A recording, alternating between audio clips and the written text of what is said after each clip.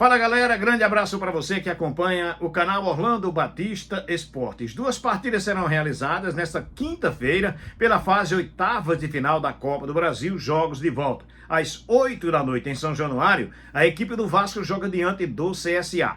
9 da noite no estádio Rei Pelé, tem o CRB jogando contra a equipe do Cruzeiro. As duas partidas terminaram empatadas na primeira rodada em 0-0. Novo empate de qualquer placar leva então a decisão para os pênaltis. E aí vamos saber quem vai para a próxima fase da Copa do Brasil.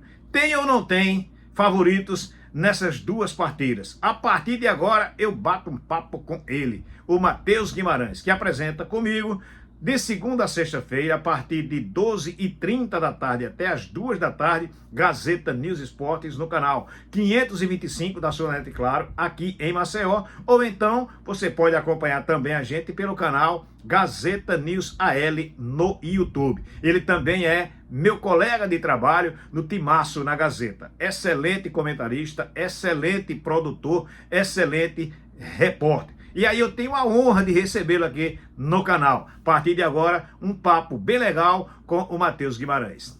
Fala galera, eu estou aqui ao lado de Matheus Guimarães, cara competentíssimo, jornalista, aqui da nossa organização Arnaldo de Melo, parceiro de bancada no Timaço, parceiro de apresentação do Gazeta News, graças a Deus crescendo, graças a você que acompanha a gente. E esse cara, velho, tem muito talento e muita capacidade. Admiro demais a sua competência, sabe disso, né, Matheus? Você é meu amigo, meu irmão. Beleza, Matheus. Matheus, vamos falar de CRB, de Cruzeiro, de Vasco da Gama e de CSA. Tem favorito nessa brincadeira aí de Copa do Brasil, oitava de final, valendo R$4.740.000. Será que a CBF pode pagar meu Pix?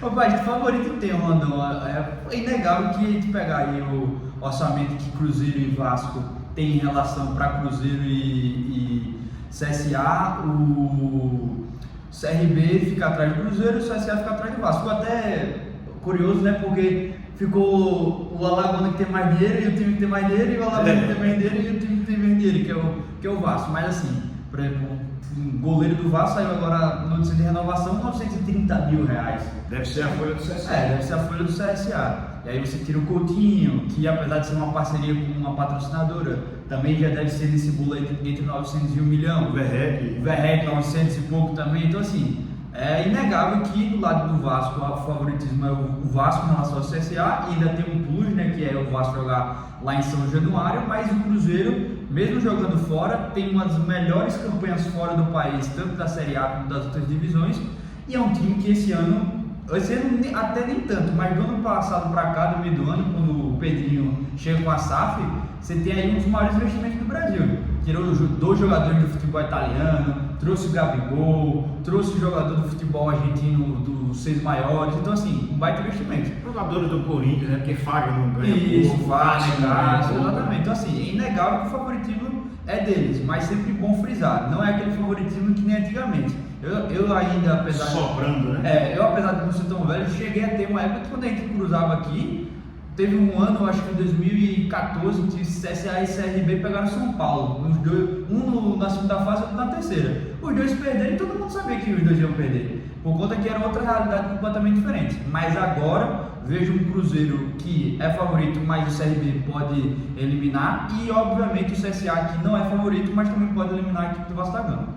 Agora, em relação à equipe do Cruzeiro, estava vendo há poucos instantes no noticiário da Itatiaia, a equipe do Cruzeiro vem com um time completo. A única exceção é do Fagner, que está machucado, e jogadores ainda do Sub-20 que já estão no profissional, mas que estão seguindo a seleção brasileira. É um time muito forte, que pode ser, inclusive, o time titular, aquele mesmo que derrotou o Botafogo no final de semana. Isso, aí se for aquele time, vai ter algumas mudanças em relação àquele jogo que o torcedor do CRB viu. Por exemplo, o Vidalba volta para a zaga no lugar do Jonathan Jesus, a gente já pode ver um Cruzeiro mais construtivo com a bola no pé, porque o Vidalba é o zagueiro de construção. Aí você tem essa diferença do Fagner, que entra o William, que para mim o William é melhor hoje que o Fagner, então não é uma notícia tão boa assim o Fagner ficar fora. Acho o William um jogador mais completo do que o Fagner na lateral. E aí você tem o retorno do sistema com 4 meias, o Lucas Romero e o Lucas Silva como volantes. Você tem ali o Christian, que ataca como meia, como volante, e o Matheus Pereira, que é muito acima da média, e lá na frente ainda tem o Caio Jorge.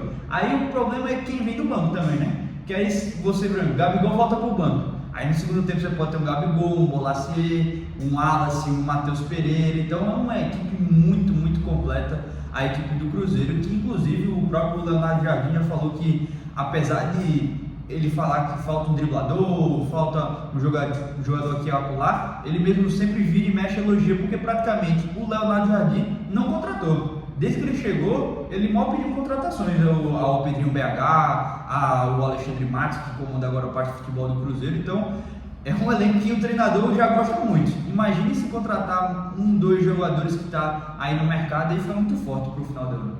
Deus é muito paciente, porque ninguém nunca está satisfeito, né, cara? Um elenco desse ainda está dizendo que falta peças. Mas eu acho que ele deve olhar para Palmeiras e Flamengo e falar: se eu estou com muita, eles estão com mais ainda. Verdade. Ô Matheus, em relação à equipe do CRB, a gente sabe da condição que o CRB tem de jogar no estádio em Repelé. É sempre um adversário muito forte. Sim. A gente sabe que o favoritismo é todo do Cruzeiro. Isso tira o peso da equipe do CRB, talvez jogue até mais leve por conta disso, mas tem capacidade de pregar uma peça, como já fez em outras temporadas. Né? Tem. O CRB, até nas eliminações para times grandes, geralmente no Repelé não perde. Se a gente pegar o Atlético Paranaense, o CRB foi eliminado, mas ganhou no estádio Repelé. Você tem ali o jogo. O Atlético Mineiro ano passado. O Atlético Mineiro empatou aqui, só perdeu lá. Tem o São Paulo desse ano 2014, que o CRB perde em São Paulo, mas ganha aqui. E aí tem as eliminações recentes. O time do CRB eliminou o próprio Cruzeiro aqui no Repelé. O Cruzeiro naquele momento tinha saído na frente do placar, ia para os pênaltis, o CRB conseguiu o gol para classificar de maneira direta. E o mais recente agora contra o Santos, que o CRB faz jogo duríssimo. Tem a chance mais clara de vencer a partida com o Mikael. Não vou dizer aqui no seu canal o apelido do Mikael. Fique à vontade. Deixa para depois, se ele fizer um gol contra a equipe do Cruzeiro. Mas a gente viu como o CRB é competitivo aqui. Até mesmo nos jogos que o CRB perdeu na Série B, o CRB foi muito competitivo. Pegar para o jogo contra o Coritiba, o time do CRB passou longe de jogar mal. Talvez tenha sido o melhor jogo do CRB na Série B. Eu acho que o que vai ser determinante, eu acredito que, se tudo encaminhar como a gente acha, o primeiro tempo mais equilibrado, os 2 times titulares, é o segundo tempo. Porque o CRB ainda sofreu muito contra o Santos. Eu me lembro que aquele jogo do Santos estava fazendo fundo de gol do CRB no segundo tempo, e aí teve aquela defesa do Matheus Albino no chute do Neymar, teve uma cabeçada do Tassiano que ele não conseguiu botar a direção na bola, mas foi perto, enfim. Então assim, o segundo tempo do CRB tem que ser melhor do que foi tanto lá em Minas quanto contra o Santos, porque ainda passou um sufoquinho, ainda passou perto de perder. Óbvio que se construir o placar na primeira etapa fica tudo mais fácil, mas o primeiro tempo acho que vai ser uma briga muito grande, porque vai ser o CRB querendo se impor em casa, mas o Cruzeiro que, se o CRB se impor demais, tem um contra-ataque mortal. É verdade. Em relação à partida do Vasco e CSA, a gente vê, eu pelo menos acho um equilíbrio maior. As 2 equipes não vivem bons momentos, principalmente a equipe do Vasco da Gama, isso pode deixar o confronto mais equilibrado, né? Pode sim. Eu acho que o desequilíbrio do confronto vai ser individual, porque no CSA, como a gente imagina que o CSA entra, 3 volantes, 2 ponteiros,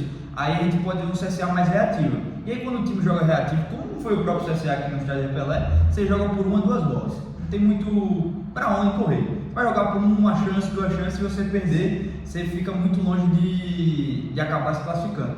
Mas o Vasco ele tem um volume de jogo muito grande, porém o número de finalizações do gol muito baixo. O Vasco, sempre estou citando aqui durante a semana, o Vasco, mesmo na zona de rebaixamento, é o 7º melhor ataque do Campeonato Brasileiro. Então, assim, é um time que quando está num dia bom, acerta o pé, faz mais de um gol. Agora, quando também está num dia que se engancha, para sair um golzinho só, demora muito. E aí eu comentava até hoje mais cedo com o próprio Orlando, que se você tiver ali um jogo onde o Vasco demore a fazer gol, a tendência é que em São Januário comece a jogar contra o Vasco. Primeiro tempo deve jogar totalmente a favor, empurrar o Vasco da Gama, mas se demorar a sair esse gol, aí o torcedor que já vem numa sequência de derrotas, um torcedor que espera uma classificação e começar a ver o jogo encaminhando para uma reta final, para os pênaltis, aí o estádio já fica totalmente favorável à equipe do CSA. Eu até falava para o Orlandão mais cedo o seguinte: se eu fosse o Diniz, eu entregava a bola para o CSA e eu contra-atacava, porque eu vejo o Vasco com mais armas para contra-atacar do que o CSA. Tem o Ryan, tem o Nuno Moreira, tem o David, que são caras que cada um é um foguete, e ainda tem o Paulo Henrique, que é o jato. Se ele estressa o foguete, o Paulo Henrique é um jato ultrassônico, então é um jogador muito rápido na transição. Mas como eu sei que isso não vai acontecer, que o Diniz vai propor, aí ele deve ver um Vasco que os 10 jogadores de linha vão ficar ali no campo do CSA, vai rodar a bola, vai pressionar, e o CSA tem que tentar postergar esse gol o mais rápido possível. Porque se o Vasco faz o gol, aí eu acho que fica muito ruim para a equipe do CSA. Vai se expor muito e aí... Isso. E aí esses caras de velocidade que o Vasco tem, e ainda com a possibilidade do Coutinho jogar, é uma possibilidade maior do time do CSA ceder espaço. Uma coisa que eu acho que o CSA não pode fazer nem a pau nesse jogo é o seguinte: uma coisa que me preocupou um pouco do Márcio em alguns jogos, não dele até pelo CSA, em outros times, em outras equipes, ele gosta às vezes de pegar o volante dele e colocar no cara de criação do adversário.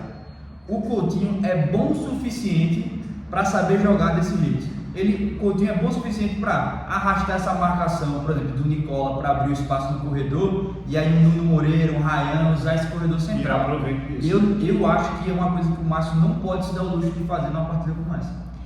Valeu, cara. A possibilidade do CSA, eu visualizo um time que vai jogar fechado, foi assim dentro de casa, não vai ser diferente fora. É um contra-ataque, é uma bola parada, né? Eu acho que, na verdade, vai ser muito parecido nos dois jogos, porque o CRB lá em Minas Gerais, no primeiro tempo ele também jogou futebol. Então ele primeiro sentiu o jogo para ver se o Cruzeiro ia realmente acelerar muito, ou se o Cruzeiro ia entrar com marcha lenta. Quando o CRB percebeu que o Cruzeiro entrou com marcha lenta, o CRB foi quem acelerou e tomou o comando da partida. Acho que aqui no Repelé não vai fugir muito disso. Se o Cruzeiro se impor rápido, o CRB não vai também se impor, para não virar trocação. Acho que o CRB também vai saber administrar. E aqui no Repelé ficou evidente, foi um Vasco contra o CSA, não foi nem CSA contra o Vasco. Porque o Vasco deu 30 chutes, 18, 16 no gol, e o CSA deu 2 chutes perigosos e nem acertou o goleiro lá Jardim. Então imagino que lá no estádio São Januário também vai ser igual, mas obviamente também, tanto o CSA como o CRB, se chegar e conseguir empurrar o jogo para os pênaltis, todo mundo vai estar satisfeito. Porque aí é que você diminui a possibilidade mesmo do adversário se impor. Porque aí penalidade você tem, por exemplo, o próprio time do CRB que já passou de fase. Valeu, Matheus. Grande abraço, obrigado pela força, Matheus. Grande abraço, Rolandão. Tamo junto.